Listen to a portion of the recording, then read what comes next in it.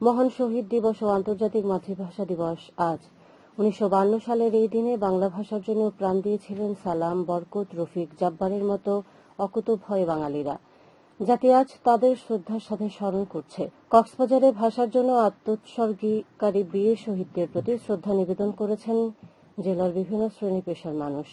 আজ দিবসের প্রথম প্রহরে 31 বার ততোধ্বনির মধ্য দিয়ে মহান এই দিবসের আনুষ্ঠানিকতা শুরু হয়।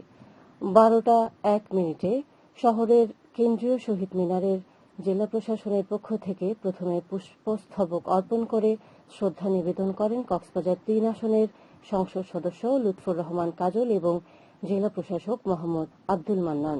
এরপরে police super ANM Sajidur Rahman, tourist police, Cox's Bazar press club, জেলা বিএনপি সহ বিভিন্ন রাজনৈতিক, সামাজিক ও পেশাজীবী সংগঠনের নেতাকর্মীরা শহীদ মিনারে পুষ্পস্তবক অর্পণ করেন।